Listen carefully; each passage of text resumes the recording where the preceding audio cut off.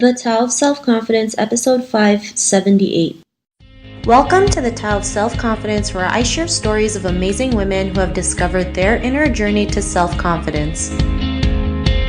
Visit our website at thetaoofselfconfidence.com. Your inner journey to self-confidence awaits.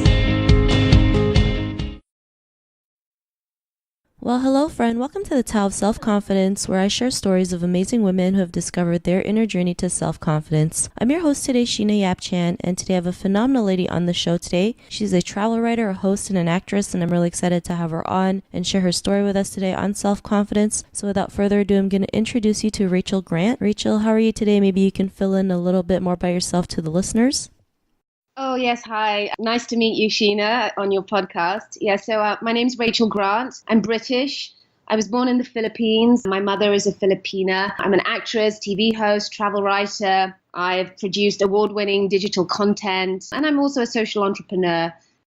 Awesome. Well, thanks for sharing that. And Rachel, what would be your favorite self-confidence quote? I have a quote. It's every time I thought I was being rejected from something good, I was being redirected to something better. And that's a good quote because I've had a lot of rejection in my life and in my profession, and a quote on something about rejection is quite important to me. Thanks for sharing that. And I think that's a great quote, especially like you mentioned, dealing with rejection is not always fun. And especially as women, as Asian women, we're very, it's like when we get rejected the first time, it's like the end of the world. It's not realizing when one door closes, another one opens, and we never know where that, other door can lead us to. So I really love that quote that you mentioned. And in your own words, how do you define self-confidence? For me, it's being unaffected by what other people say and what they think about you. And that also goes for the good as well as the not so good. Compliments are great and they're fine, but I've learned not to feed off them so much because you need to be confident without that. Compliments can also cause resentment in others too if they hear it. So listen to everything, but don't let it affect you. Thanks for sharing that great definition. And Rachel, what was your life like before your discovery of self-confidence? A little bit interesting because I was raised in Nottingham in England. I'm the middle of three sisters, so I've got two sisters either side of me, and grew up in a very Asian household, Filipino mother. My mother and father divorced when I was quite young, and so we had a Filipino nanny who stayed with us, and she still lives with my mother. So all our food and everything was very Filipino and Asian, and culturally it was a very Filipino household living in Britain, in Nottingham. So I had a lot of confidence, I suppose, as a child. We would go on stage and we would perform, always complimented. We always won a lot of awards. My mother's house is filled with awards and trophies and medals, from all sorts of academic awards to performing awards. So when I was thrown out into the big bad world of my profession as an actress and as a performer, and this was in my late teens, it was really the first time I was getting harsh criticism and being knocked. So what this does for someone and their self-esteem at that age is it's very confusing. So at times I do remember losing a lot of confidence. I was picked at on the way I looked, on my shape and size, whether I was good enough for this role or whether I could speak a certain way,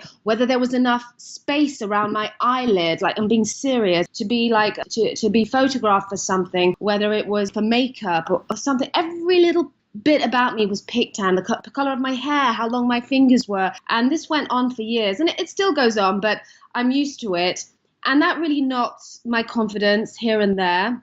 And it's very hard in my profession, obviously. You have to kind of hide all that and be very confident. And then I also lost confidence and faith in my industry because I experienced more than one, so to speak, #MeToo moments.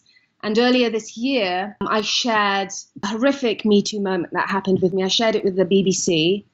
So the story's out there. And it took me 17 years before I could share that story. And because so many women were sharing their own stories, it gave me the confidence to share mine. So before I discovered self-confidence, yes, it was hard because it was me that was having to bring myself up from the rejection, from the knockbacks, from expecting whatever, sexual favors for a certain job. I mean, we shouldn't be experiencing this, but in a nutshell, that's how it was for me, yes. Thanks for sharing that. And yeah, I mean, being thrown out in the world for the first time, especially in an industry like where you're in, it does get really tough and you have to build that thick skin. And like you mentioned, doing, sexual favors to kind of get the job is, yeah, like it's something we shouldn't have to do. I mean, it should be based on, our talents and, what we're capable of. And it's crazy we still live in a world like that, but it's great that there are women out there who are vulnerable enough to share their story and realize, you're not the only one experiencing this. And, there's other women who've been there and understand that, you don't have to go through that. And, just kind of warn other women that you're worth more than you realize. And what was that point in your life when you realized your worth, that you can go out there and, be who you are, be your true self, have that confidence? What was that aha moment? If I were to really pick one, I do remember a time where I spent 3 months in the Philippines where I dedicated myself to needy communities. My family, we run a charity. So my mother, it's a British registered charity. My mother lives in England still. And we raise money for underprivileged communities in the Philippines. So there was a period where I took some time out.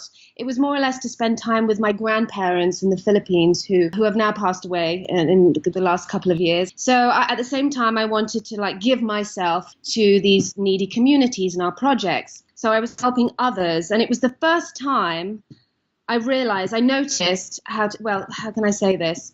So I was helping others and I realized I gained a tremendous amount of self-esteem. And I noticed it was because, this is what I think, I took the focus away from myself and I focused on others for a long period of time. And I think this gave me more confidence. And it also gave me a different sense of achievement. The focus wasn't on me. And I'm in a profession where you're so focused on yourself, as I was saying. And I also was around people who led much simpler lives. I live in a profession where it's quite glamorous and, I'm being chauffeured to places and there's red carpet, glamorous nights out. So I was away from that and I was with people who led much simpler lives, people who didn't judge me.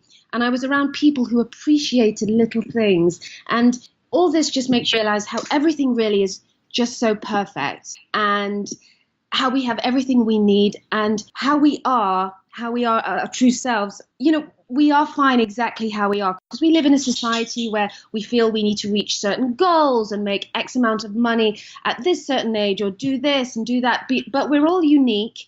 And we should be all free to be ourselves and to be successful at our own pace and in our own way. So I really feel volunteering and getting involved in charity work or to attach yourself to a great cause is a great way to ground us and it gives us purpose. It takes the focus away from yourself, from ourselves. We meet new people, we learn new skills. It's fun, it's filled with great vibes and great energy, and it just throws everything into perspective. So for me, that might have been my aha moment. Thanks for sharing that. I think that's a great story. Yeah, sometimes when you go to the Philippines, you get a culture shock because it's these people, they live the way they are, but yet they're so happy. And, when we live in places like Canada or the UK or the States, it's we take every little thing for granted, not realizing we're so much more blessed than we realize. And like you mentioned, focusing on others versus, focusing yourself. Yeah, having that greater purpose. It's just there's something out there that's bigger than you and you're just willing to go out there and do it because you know that you're creating that positive change for other people. And, because of these realizations, what's your life been like now? Well, after I was in the aftermath of Typhoon Haiyan. I flew to Tacloban about a week later after Typhoon Haiyan.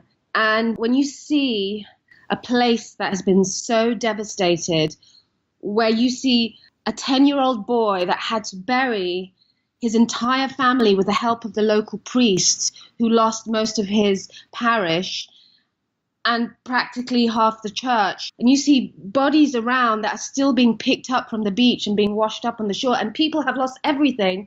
And they still have their faith and they're still able to go on. That makes me feel I have not a worry in the world. So after that discovery, it made me realize I don't have a worry in the world because I have everything I need. Yeah, if someone can go on and live having lost absolutely everything and everything around them, that makes me realize I don't have a worry in the world. Thanks for sharing that. And yeah, it makes a huge realization and see things in a different perspective, especially when we live in a world where we're constantly bombarded with, like, you have to have the latest gadgets, you have to have the latest, fashion trend and all this, like these material things, not realizing there's people out there who have nothing and still are happier than most people who have everything. Your things shouldn't define you. They shouldn't give you, having all these things shouldn't be the thing that gives you confidence. You should be able to live without it, really. Yeah, I totally agree. I mean, they always say that people who have more life experiences versus more material things are so much happier because they just, let go of those things and it doesn't define them. So I really love that you mentioned that. And, Rachel, to the woman who's listening to your episode, she may be in her own journey to self-confidence. What would be that one tip you would give to her? Okay, so I love to travel, and I would definitely suggest traveling more and experiencing more different cultures, different foods, stepping out of one's comfort zone. Now, I don't know if you know about this about me, Sheena. So I have over 100 million views in like packing videos where I show people how to pack like 100 items into a carry-on. I really believe in, when you travel, to leave everything behind, to not check a bag in, but to carry a carry-on or an under-seat bag, because the less we leave behind of ourselves, the more we can experience. So that's one little tip. I also want women to embrace rejection and to use it to help you propel and go forward. There was a time in my late teens and early 20s, I kept every single rejection letter I ever got. And this was a time before we were sending out photos and emails to people applying for jobs and auditions. It would be, we would stick a photo and our resume into an envelope and send it off to the casting director or agent. So we'd get the letter back. And I have dozens of these letters that I kept, and I still have them at my mother's home. So I would embrace rejection, because I didn't say the reason why I kept these letters is I use these letters to I'd go back and read them to push me forward. That's what I do. I'd also recommend volunteering regularly, attaching yourself to a good cause or something similar that you're really passionate about. Also, avoid being around people who bring you down or who bring others down. Surround yourself with good vibes and loving, caring types. Now, if you have no choice but to be around negative people who bring others down or bring you down, make a point to say something positive. Bring them up, bring up their energy and those around you. Embrace growing older. This is very important, I think. Life is really a wonderful journey, and getting older is always not in our society, and particularly in my profession, particularly for women. So the focus is on how we look so much, but we should grow more confident as we age. We are more experienced, we're more knowledgeable, and we're more connected. We should never stop learning. I really feel we should grow more confident the older we get, and I have more confidence now than I ever did, and I take it down to all those experiences I've had of turning rejection into something positive and making it stronger, pushing me in another direction. So I'm getting better and getting it right, helping others and taking the focus less off oneself for times. Yes. Thanks for sharing those great tips. And if our listeners wanted to get to know a little bit more about you and what you do, is there any links or social media profiles we can connect with? So on all my social media, whether it's Twitter, Facebook, or Instagram, I'm under Miss Rachel Grant, MISSRACHELGRANT, Miss Rachel Grant. I have a website, rachelgrant.com, but it seems to be more on social media where people tend to connect and see more what I'm doing. I tend not to update my website so much, but my social media pages are obviously updated regularly. Thanks for sharing that. And to our listeners, if you want to connect with Rachel, you can also head on over to the taoselfconfidence.com and search for Rachel's name. Her show notes will pop up along with everything else that we talked about. And I'm really just grateful for Rachel today for taking the time to share her story and tips with us on self-confidence. So thank you so much, Rachel. All right. Thank you, Sheena. Thanks again. And to our listeners, be on the lookout for another new episode of another amazing woman's journey to self-confidence. And we'll talk to you soon. Bye for now. Thank you for tuning in to another amazing episode of the Tao of Self-Confidence. Get your free audiobook by visiting our website at thetaoofselfconfidence.com. Your inner journey to self-confidence awaits.